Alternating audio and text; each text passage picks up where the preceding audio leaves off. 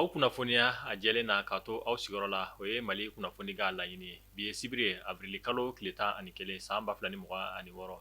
a y'aw bisimila Mali kunnafoni ka don kibaruya olu kɛnɛ kan.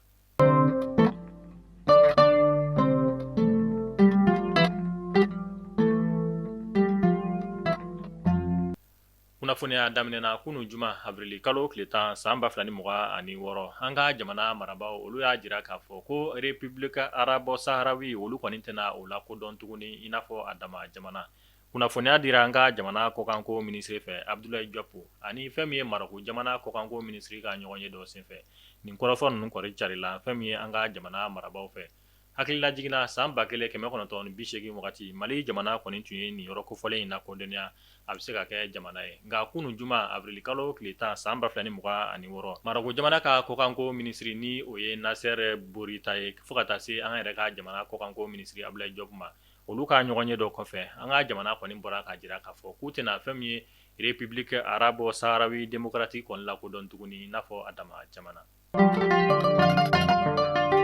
Kasangani an ka jamana kuntigi General d'armée Assimi Goïta ale ka kunnafoniyaw kɔnɔna ye kunun juma avril kalo tile 10 san 2026 a ye Maroko jamana ka kɔkanko minisiri bisimila ni o bɛ wele ko Nasser Bourita. Kunnafoniya olu y'a jira k'a fɔ ko an ka jamana ministre des affaires étrangères ni ale kɛlenkɔrɔ kɔfɛ ka ni ministre kofɔlen in bisimila min na an ka jamana bɔra k'a jira k'a fɔ k'u tɛna fɛn min ye République arabe saharawi démocratique kɔni lakodɔn tuguni i n'a fɔ a jamana. Ni ministre kofɔlen in bisimila la an ka jamana kuntigi fɛ min na a ye foli ni tanuni kɛ ka ɲɛsin Mali jamana ma. A y'a jira k'a fɔ ko ale kɔni nisɔndiyalen don ka sababuya kɛ Mali kɔni kɛlen filɛ ka jɔsen mun ta ka fɛn min ye a ka lakodɔnni sɛbɛn kɔni sama ka bɔ République arabe saharawi kɔni kan. K'u bɛ Mali fo nin waleya in na a y'a jira k'a fɔ k'u ka dɛmɛ fana bɛ Mali ye fɛn min ye jatigɛwale tigilamaw kɛlɛli ale ni fɛn min ye Mali ka kelenya kɔni bɛ sabati sira mun fɛ Maroko jamana kɔni labɛnnen don ni ka baara kɛ ni Mali ye o sira olu fɛ.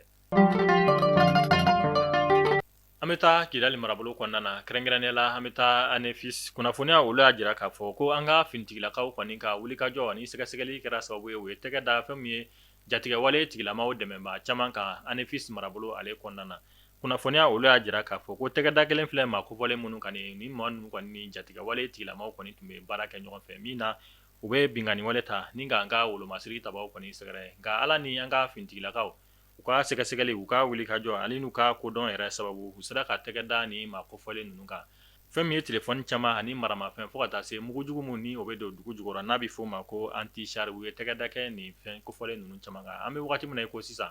an ka jamana marabaaw kɔni wulilen don ka jɔ yaasa basigi u bɛ se ka sabati an ka jamana fantan naani bɛɛ lajɛlen kɔnɔna na. Halisa an bɛ to Kidali marabolo ale kɔnɔna na Kidali marabolo ɲɛmaa Général de division El Hadji Gamou ale kɔni taara bɔ Kidali kɛnɛyasoba la ka sababuya kɛ fɛn min ye jatigɛwale tigilamaw kɔni tun ye mugujugu don dugu jukɔrɔ fɛn min ye civil maa dɔw olu kɔni taara yɛlɛn ni mugujugu ninnu kan mun kɛra sababu ye ka ni maa kofɔlen ninnu kɔni jogin kosɛbɛ o de hukumu kɔnɔna na fɛn min ye Kidali marabolo ɲɛmaa Général de division El Hadji Gamou a taara bɔ ni maa kofɔlen ninnu na ni k'a ɲɛ da u kan ka dugawu don kɛ u ye o kɔfɛ a tilara ka musaka bɔ k'a di ni maa kofɔlen ninnu ma ka jira k'a fɔ ko an ka jamana kɔni hakili bɛ a den kelen kelen bɛɛ lajɛlen na wa jamanaden kelen kelen bɛɛ lajɛlen ka lakana o ye jamana ka laɲini de ye ko fɛn min ye an ka jamana marabaaw u kɔni bɛ fɛɛrɛ ni dabali bɛɛ lajɛlen kɛ yaasa fɛn min ye lakana basigi o bɛ se ka sabati an ka jamana ale kɔnɔna na. Institut national de prévoyance sociale INPS ale ɲɛmaaba ni o ye Dirisa Bakari Jara an bɛ wagati min na i ko sisan ale kɔni ka wulikajɔ bonyalen don kosɛbɛ yaasa ka taa bɔ INPS cakɛda olu la gɛlɛya mun ni degun mun b'u kan o bɛ se ka dɔn cogoya mun na o de hukumu kɔnɔna na kununko juma avril kalo tile 10 san 2026 a wulila ni ka taa an ka Bamakɔ faba sigida sabanan ale INPS mɔgɔw ka cakɛyɔrɔ la yaasa u bɛ se ka kuma gɛlɛya mun ni degun mun b'u kan u ka faamuyali kɛ o ko la o de hukumu kɔnɔna na nin cakɛdaso in kɔni y'a jira fɛn min ye Dirisa Bakari Jara la ko gɛlɛya b'u kan an bɛ wagati min na ko sisan o gɛlɛya dɔ bɛ tali kɛ fɛn min ye baarakɛminɛn ko ale ni poste dɔw bɛ yen mɔgɔko dɛsɛ bɛ o la o yɔrɔ ninnu na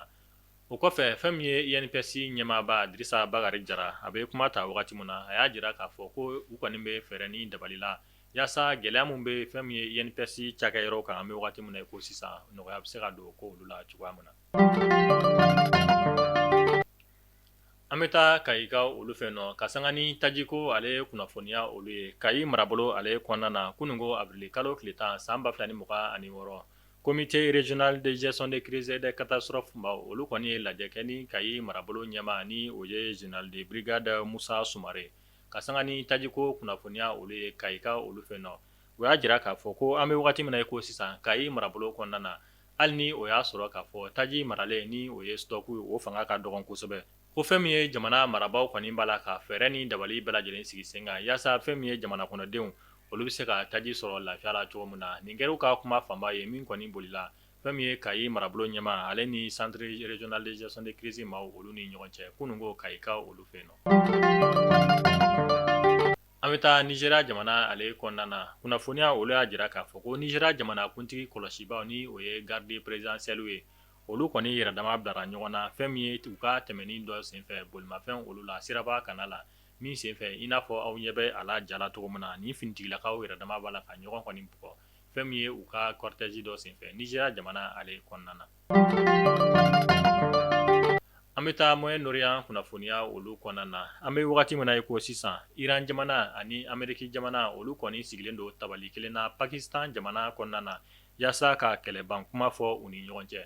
o wagati kelen fɛn min ye Israël jamana kɔni b'a la ka bombardement ta ni ka Liban kɔni jamana kɔni sɛgɛrɛ o de hukumu kɔnɔna na Iran jamana bɔra ka jira k'a fɔ ko wagati min na Amérique jamana ni Iran b'a la ka kɛlɛban kuma sabati u ni ɲɔgɔn cɛ Pakistan jamana kɔnɔna na ko fɛn min ye Israël kɔni b'a la ka bombardement ta ni ka Liban sɛgɛrɛ ko n'o waleya in kɔni ma jɔ Israël fɛ k'olu n'u sen don bombardement na ko kura ye